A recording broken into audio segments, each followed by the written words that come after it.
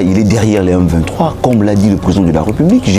La politique des boucs émissaires, cette narration qui nous venait encore une fois de plus, qui devait s'étoffer pour justifier le débâcle de l'armée,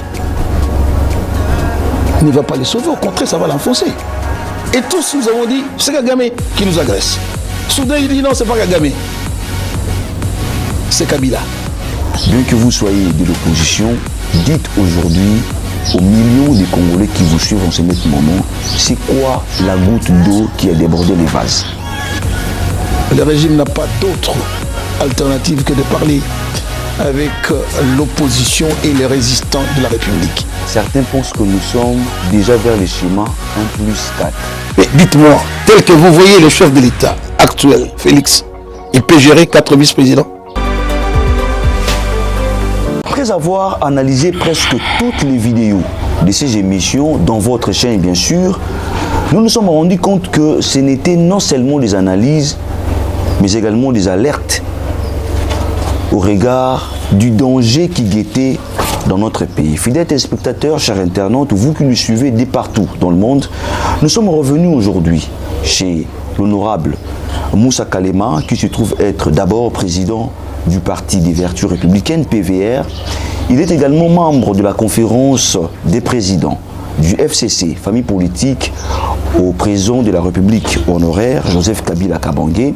Mais également, il faut noter qu'il est secrétaire général de la communauté musulmane au Congo, Comicon en sigle, et député honoraire. Il a une expérience cumulée à l'Assemblée nationale. Honorable Moussa Kalema, bienvenue. Merci. D'entrée de jeu, ce n'est qu'un rappel pour vous. La situation sécuritaire dans notre pays très préoccupante, sans état d'âme. Bien que vous soyez de l'opposition, dites aujourd'hui aux millions de Congolais qui vous suivent en ce moment, c'est quoi la goutte d'eau qui a débordé les vases? Quelle est la goutte d'eau qui a débordé la vase? Je commence par présenter les condoléances les plus attristées à toutes ces familles qui perdent les leurs dans cette guerre absurde, dans cette guerre inutile, une guerre qu'on pouvait déjà arrêter depuis longtemps. Je présente donc les condoléances à toutes les familles éprouvées et surtout les familles des non-voyants compatriotes qui ont opté pour l'uniforme, donc les militaires. Je présente également les condoléances les plus attristées et bien entendu à toute la nation congolaise. C'est la mauvaise gouvernance, l'arrogance, c'est la volonté affichée et la détermination du chef de l'État et de sa famille politique de changer la constitution de la République. Et surtout les menaces que le chef de l'État a proliférées à la classe politique par rapport à cette constitution, que personne ne pouvait l'arrêter. Tout cela, ça énerve. Et bien entendu, les discours du pouvoir qui tend à défier tout le monde. Et cet entêtement, je pense que c'est cela qui a énervé notamment les autres, ceux qui ont pris les armes pour essayer d'accélérer leur processus. Également, j'ai dit la mauvaise gouvernance qui a fait que notre armée soit dans les capacités de contrer cette agressivité combattante de la FES. Voilà ce que je peux dire à ce stade. Il n'est jamais tard pour mieux faire, dit-on. Au stade actuel, c'est quoi la voie palliative? Est-ce qu'il faut continuer avec l'option militaire, c'est-à-dire faire la guerre, ou dialoguer avec les rebelles? C'est quoi la voie palliative, honorable Moussa Kalema? On parle Congo. Vous savez, les vrais problèmes de ce pays, parce que les gens qui sont au pouvoir aujourd'hui pensent qu'ils sont les premiers à avoir dirigé ce pays, alors qu'ils ont ignoré qu'avant eux, il y a eu d'autres chefs de l'État qui se sont succédés. Commencé par Kasavubu, Mobutu, Mouzé Laurent Désiré Kabila et Joseph Kabila. Alors quand on manque de repères, on ne veut pas se ressourcer. Et on commet des fautes comme celles qu'on est en train de faire. Toutes les guerres à travers le monde, toutes les guerres, même la grande Russie qui est en train de massacrer, de détruire systématiquement l'Ukraine, et même toute la communauté mise ensemble qui ont voulu affliger des sanctions de tout genre à Poutine, tous au jour d'aujourd'hui s'accordent à discuter. Et là, c'est un problème des acteurs politiques en présence et de la bonne foi des uns des autres. Logiquement, je ne vois pas une autre solution pour terminer cette guerre. Il faut dialoguer. Il faut dialoguer, mais je me pose également la question, bon, quelles que soient de toutes les façons les questions qu'il doit me poser, oui, le régime n'a pas d'autre alternative que de parler avec l'opposition et les résistants de la République. Parce que les problèmes, c'est de parler avec ceux qui ont pris les armes, mais c'est de parler avec les politiques que nous sommes pour essayer de remettre le pays sur les rails et, si vous voulez, de recadrer les dérapages criants commis par le régime d'aujourd'hui.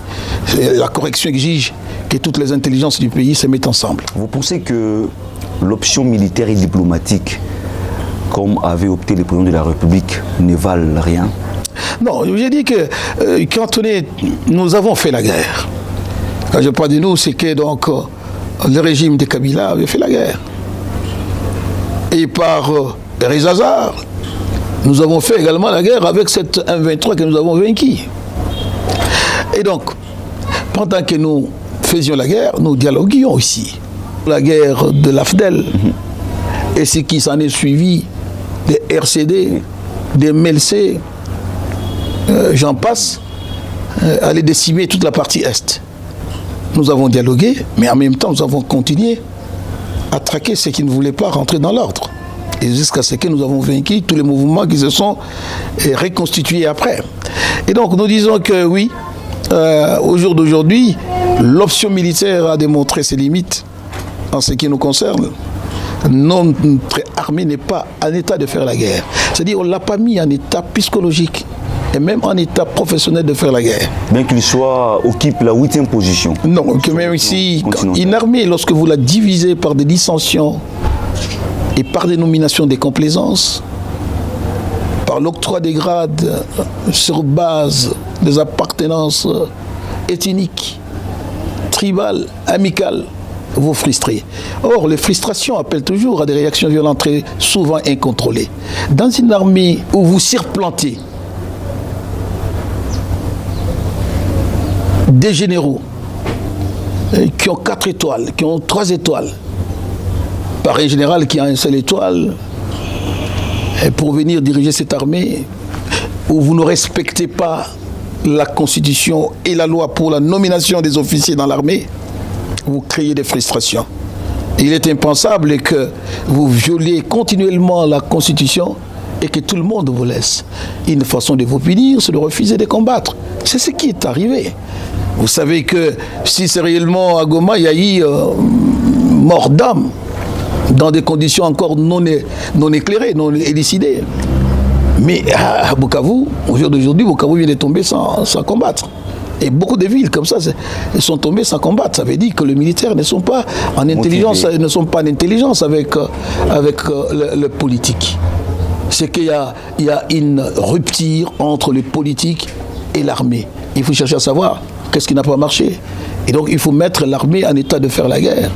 Il faut doter l'armée de tous les moyens, toute la puissance et de toutes les responsabilités. Et puis, lorsque dans une armée, vous permettez à ce que tous les officiers de l'armée soient dans les affaires, deviennent des affairistes, vous ne pouvez pas vous attendre à quelque chose d'autre.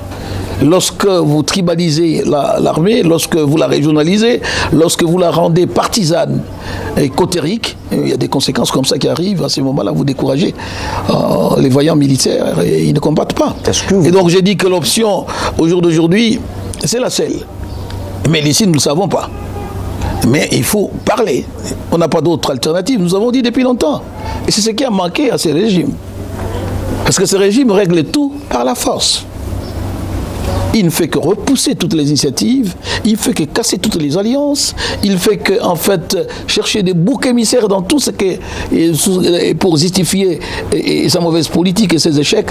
Et ça, la conséquence, mentez, il en restera quelque chose. Les mensonges ne résistaient pas à l'épreuve des temps. Rappelez-vous que dans beaucoup de mes émissions, je vous ai dit, les malheurs de ce pays et de ce régime, parce qu'il focalise son pouvoir sur le mensonge, sur l'intox, sur la manipulation et sur le népotisme.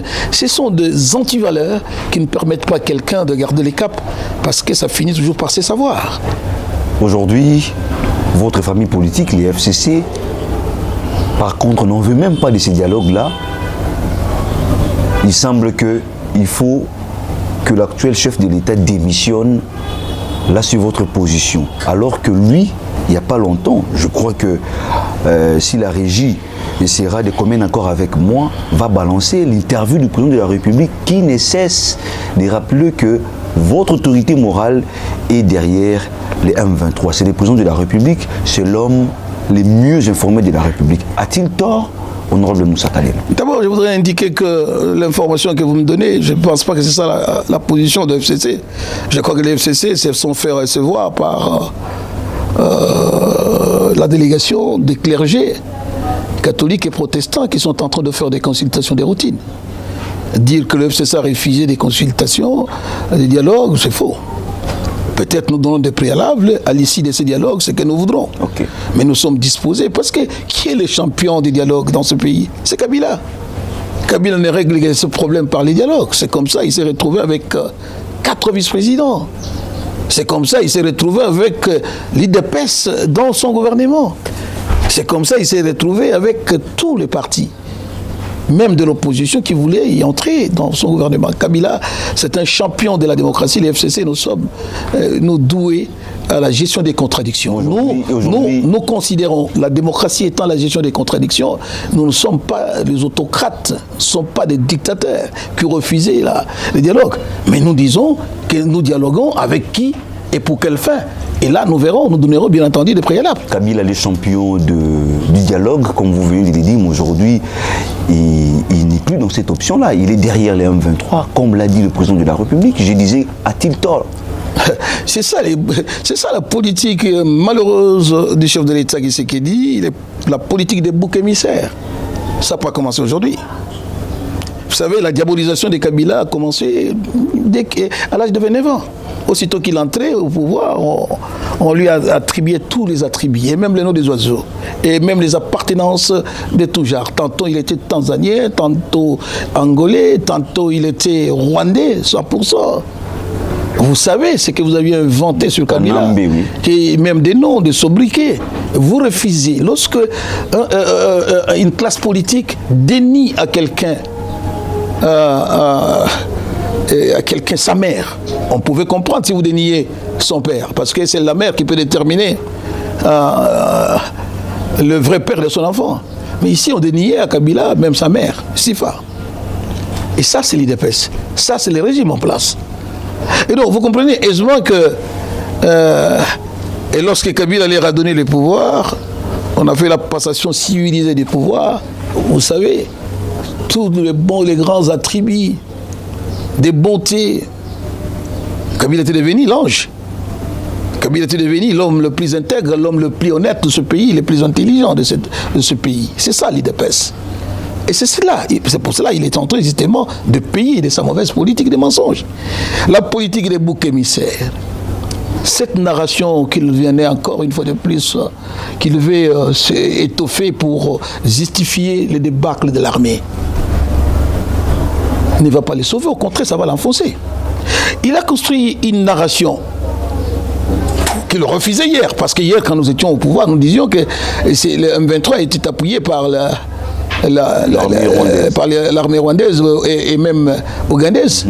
Mais l'IDPS n'acceptait pas, l'IDPS disait que c'était faux, que nous étions faibles. Et nous, on n'était pas de faiblards.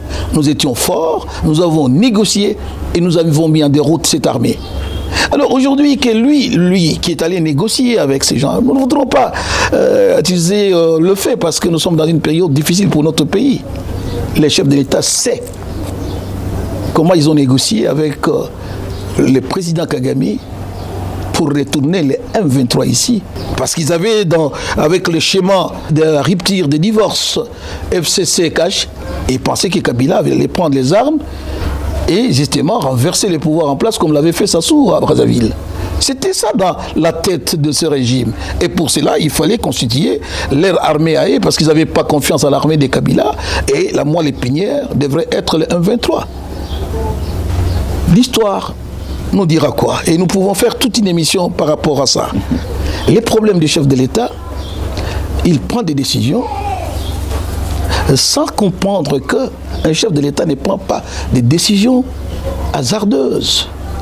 J'ai indiqué qu'il y a les services, notamment les CNS. Je vous ai dit, il y a l'ANER. Il y a tous les services de renseignement militaire. Il y a des intelligences dans ce pays. Et le chef de l'État doit s'entourer de ces intelligences avant de prendre des décisions. Mais il a pris des décisions qui ont amené le pays là où il est. Il n'a pas cherché les boucs émissaires. Aujourd'hui, la politique, c'est laquelle?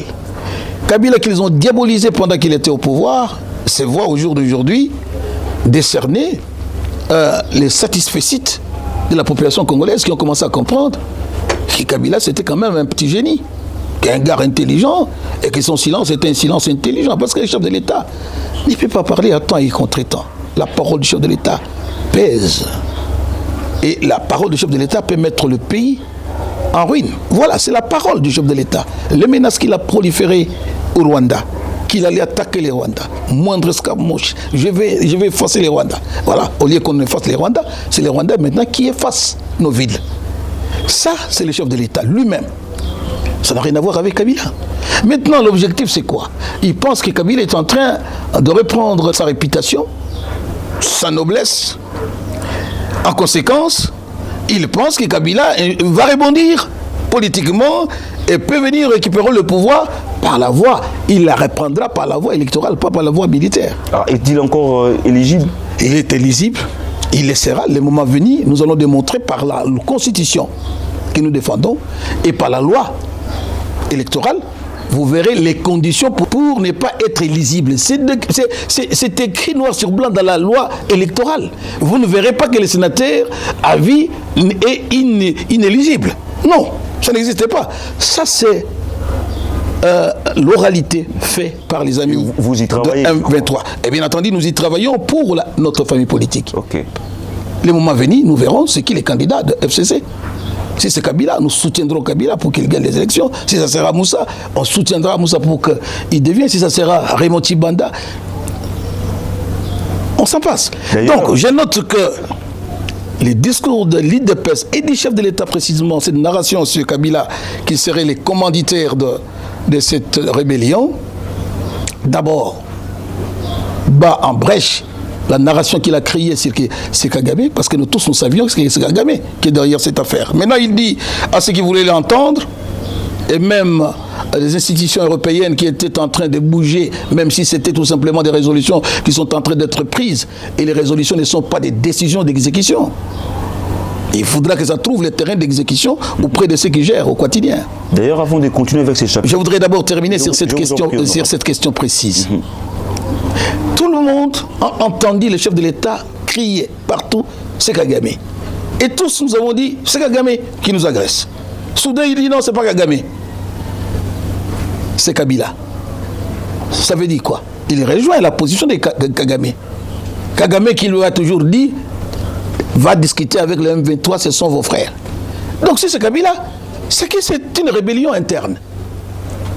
Alors c'est une rébellion interne qui est peut-être au jour d'aujourd'hui internationalisée, parce que les Rwandais appuient cette rébellion.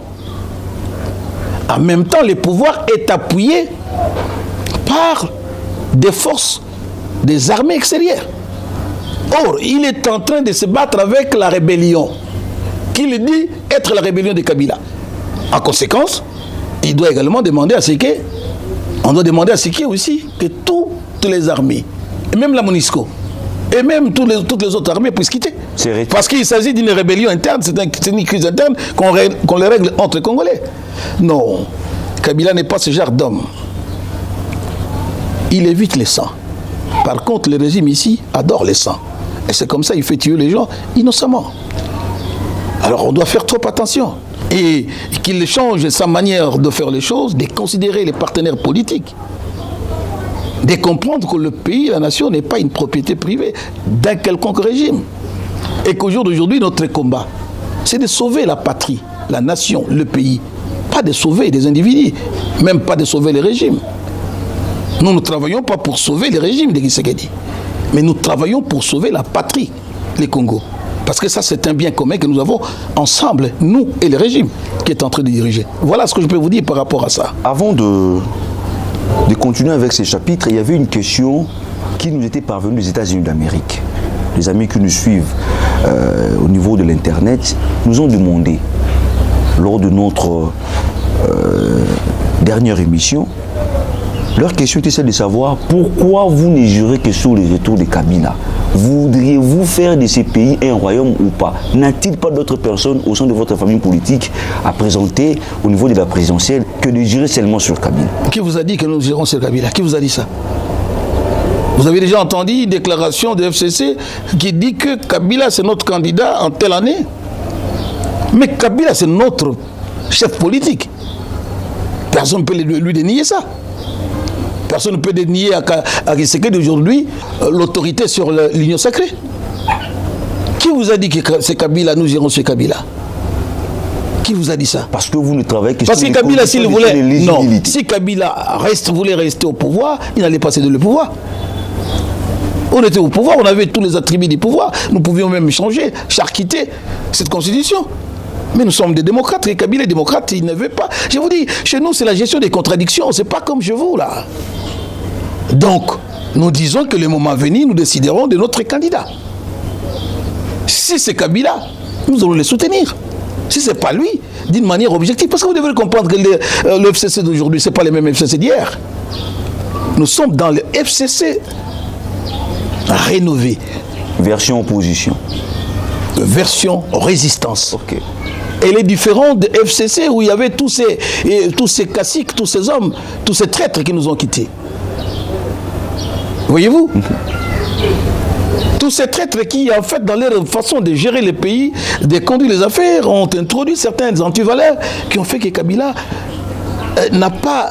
les gens n'ont pas compris réellement la vraie nature de ces messieurs. Aujourd'hui, vous êtes dans la pureté. Nous sommes dans la normalité des choses, avec des hommes intègres, des politiques intègres. Parce que c'est ce qui manque dans ce pays-là. Vous savez, la politique, en réalité, c'est l'affaire de personnes intègres, de vertueux. Mais les problèmes, aujourd'hui, on ramasse n'importe qui, on en fait un homme politique, sans éthique, sans morale. La conséquence, on arrive à des situations périlleuses comme celle d'aujourd'hui. Je l'ai dit dans l'annonce de cette émission, vous êtes également l'une des autorités ecclésiastiques dans notre pays, secrétaire général de la communauté musulmane en RDC. Comment entrevoyez-vous la démarche entreprise par le Père Zévèque? Elle est salutaire? Qu'est-ce qu'il faut rajouter dans cette démarche? Écoutez, moi je crois que la démarche en tant que politico-religieux, je note que c'est la mission, j'allais dire, traditionnelle des églises. Et notamment de l'église catholique, de l'ECC. Mais ce qui devrait être la même chose pour toutes les grandes confessions religieuses. Malheureusement, au jour d'aujourd'hui, les gens sont en train de se ridiculiser. Les valeurs morales, éthiques et même religieuses ont quitté beaucoup de confessions religieuses. Les gens se vendent à vil prix. C'est pourquoi, sinon aujourd'hui, en fait, la démarche devrait être une démarche commune avec toutes les confessions religieuses, avec surtout les grandes religions. Mais si elle ne l'est pas, c'est parce qu'on sait qu'il y a une partie de ces religieux qui ont été impestés, qui se sont vraiment jetés dans les antivaleurs, dans la corruption, dans l'affaire de Kadima. C'est son compromis. C'est comme ça que les groupes, on était ensemble. On était ensemble, on avait un regroupement ensemble. Et donc j'ai dit que la démarche qui est celle des évêques et des LCC, elle est salvatrice pour ce pays-là. Même si j'ai dit qu'elle arrive un peu en retard. En retard? J'ai dit en retard par rapport à ce qui se passe sur le terrain. Nous risquons de ne pas justement matérialiser notre dialogue s'ils arrivaient. Nous avons vu ça à l'époque de Mobutu. On disait dialoguons et les gens ont voulu tergiverser, comme on le fait aujourd'hui. Jusqu'à ce qu'à un certain moment, ils ont refusé de dialoguer. Et le seul préalable était le départ de Mobutu. Alors il faut rectifier les tirs, même en faisant ces dialogues. Mais ces dialogues-là, je considère aussi également, ça sont des conseils qu'on donnera, bien entendu, à ceux qui sont en train d'initier ces dialogues. Okay. Je constate qu'ils sont en train de rendre ça élastique et on en donne beaucoup de matière et on voudrait en faire comme une autre conférence nationale. Nous pensons qu'on a besoin de ces conclaves. Mais on n'a pas besoin au jour d'aujourd'hui d'un conclave comme celui de la conférence nationale. Okay. Aujourd'hui, le problème, c'est de résoudre la crise. Okay. Résolvons d'abord cette crise politique et militaire qui a des implications économiques, des implications sociales et culturelles. Mais d'abord, réglons la question politique. Parce que la politique tient tout en état. Okay. Mais ça ne sert pas aujourd'hui d'élargir ça avec plusieurs commissions et ça va prendre beaucoup de temps inutilement. Entre-temps, les gens sont en train de mourir et les villes sont en train d'être conquises. Il faudra rapidement qu'on puisse, je crois, essayer de recadrer leur affaire en ciblant quelles sont les forces politiques qui influent dans ces débats, dans cette discussion, dans cette crise. Oui, pour moi, j'ai dit, c'est facile à comprendre. J'ai dit, oui, il y a d'abord lui-même qui a créé la crise, qui est le vrai problème, c'est qui c'est qui dit. C'est le premier acteur majeur avec son union sacrée. Deuxièmement, c'est les FCC. Les FCC, une force politique majoritaire à un certain moment dans ce pays, dont la majorité a été renversée par un coup d'État institutionnel et qui a refusé de participer dans un simulacre d'élection. C'est le deuxième majorité. Nanga aujourd'hui nous dit que c'est Fallou qui avait gagné les élections. Il a été lésé. Donc c'est aussi un acteur majeur dans cette crise. Katumbi. Il fait effectivement partie à cette crise. Pourquoi ? Il était candidat président comme Diongo, comme mon ami Sessanga, comme je citerai les Mukwege, mais au moins tous se sont retirés au profit de Katumbi. Certains pensent que nous sommes déjà vers le schéma 1+4 et ils pensent que c'est vraiment un éternel recommencement dans notre pays. Non, il n'y aura pas de schéma 1+4. Mais dites-moi, tel que vous voyez le chef de l'État actuel, Félix, il peut gérer 4 vice-présidents? Pourquoi pas? Non. Il n'a pas, excusez-moi de dire, il n'a pas ce tempérament, il n'a pas été préparé pour ça. De nature calme, d'un silence implacable. C'est l'impression que vous avez. Ce n'est pas l'impression que nous avons. C'est l'impression. Mais écoutez, ce n'est pas un journaliste qui doit me dire que c'était qu'une impression. C'est ça la réalité. Vous savez que Kabila agit. Il ne parle pas trop. Et il vous dit qu'il ne parle que lorsque les mots pèsent plus que le silence. Si nous retournons au pouvoir, le changement va intervenir à un temps record. Parce que nous savons aujourd'hui, tous les goulons d'étranglement, Dieu merci, il y a eu la sélection naturelle. Tous ces tares, tous ces antivaleurs, tous ces hommes qui étaient dans des dossiers sombres sont partis. Ils ont regagné les naturels. Parce que même avant qu'ils ne viennent, ils provenaient de là. Ils provenaient de là. La plupart, ce sont des anciens de l'UDPS. La plupart, ce sont des anciens de partis de Mobutistes qui sont retournés là-bas. C'est difficile de voir aujourd'hui des Mobutistes avec Kabila, parce que moi-même, je suis un Mobutiste. Voyez-vous?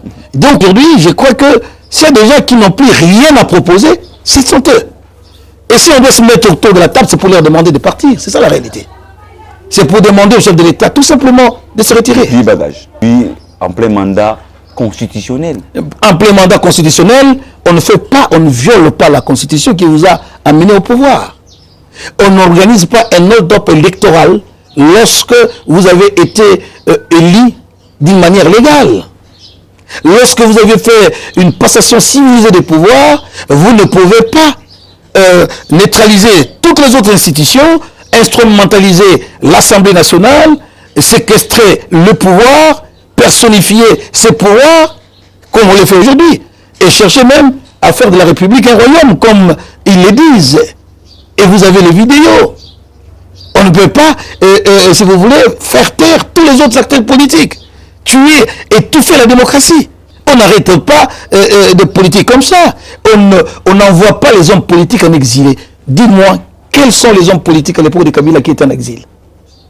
Ceux qui étaient en exil depuis Mobutu sont revenus rapidement. Nous n'avons envoyé personne en exil. Et donc, notez bien que nous avons des leçons à donner à tout le monde parce que nous ne sommes pas... Notre passion, c'est la République. Notre passion, pour nous, c'est la République. C'est pas comme ceux qui disaient le peuple d'abord, qu'en réalité, c'était leur ventre. Le peuple, c'est dans la République. Nous, c'est la République. Parce que l'homme peut mourir, mais la République ne meurt pas. Nous allons tous passer, mais la nation va demeurer. Voilà pourquoi je vous ai dit que nous, on ne défend pas le régime qui a failli à ses missions. Nous défendons la nation, la mère patrie. La patrie de Lumumba, la patrie de Kasavubu, la patrie de Mosé et la patrie de Joseph Kabila. Je demande poliment au chef de l'État d'adopter une autre attitude. Vraiment, le silence. D'adopter une autre attitude, le silence. Immédiatement, de revoir rapidement son entourage en mettant des personnes capables de lui dire quand il est dans l'erreur manifeste, pas des hommes qui viendront tout simplement le flatter. Et je demanderai au chef de l'État de recadrer son secrétaire général qui en réalité n'est pas à sa place et qui raconte des histoires qui énervent, qui poussent les gens à la violence, et de demander à son parti d'adopter un profil bas et de respecter les acteurs politiques majeurs, de respecter ses religieux et de faire confiance à ces religieux qu'il a réussi, à qui il a donné les quitus, et de dire la vérité, que oui, il est dans cette logique au jour d'aujourd'hui et que pour lui, il n'a pas d'autre alternative que le dialogue. Et que le dialogue, le pacte social que recherchent les catholiques et les SCC, c'est les panacées pour sortir ce régime par la grande porte. Mais si le chef de l'État ne le fait pas, il va s'en prendre à lui-même. Quant à la population, je demande qu'elle soit vigilante, qu'elle ne cède pas à la provocation et surtout qu'elle ne réponde pas aux actes barbares, des pillages, des sacrilèges qui n'osent pas. Ce pays a connu un pillage qui l'a ramené en arrière, qui a fait qu'aujourd'hui, 90% de la ville de Kinshasa sont des chômeurs. Et donc nous n'avons plus droit à l'erreur. Et que nous devrons résister contre toutes les antivaleurs et contre toutes les personnes qui nous appellent à la violence. Et que cette ville n'a pas besoin de la violence. Et que la violence, d'où qu'elle viendra, nous qui aimons cette ville, nous allons nous constituer à des résistants de la 25e ère pour contrer toute forme de provocation, pour plonger ce pays dans l'abîme. Qu'on ne touche pas au bien d'autrui et qu'on ne touche pas au bien public, parce que les biens publics sont des biens sacrés. Voilà ce que je peux donner comme message de la fin à cette émission. Honorable Moussa Kalema, merci pour votre disponibilité. Merci d'avoir répondu à toutes nos préoccupations. C'est à moi de vous dire merci pour être venu me voir sur cette question en ce moment où les hommes politiques ont peur de parler. Voilà. Merci bien. Merci beaucoup à vous, chers téléspectateurs et internautes.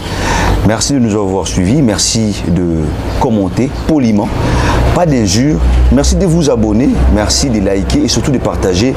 Parce que nous avons que la RDC comme patrie et on est mieux que chez soi. Merci et à très bientôt.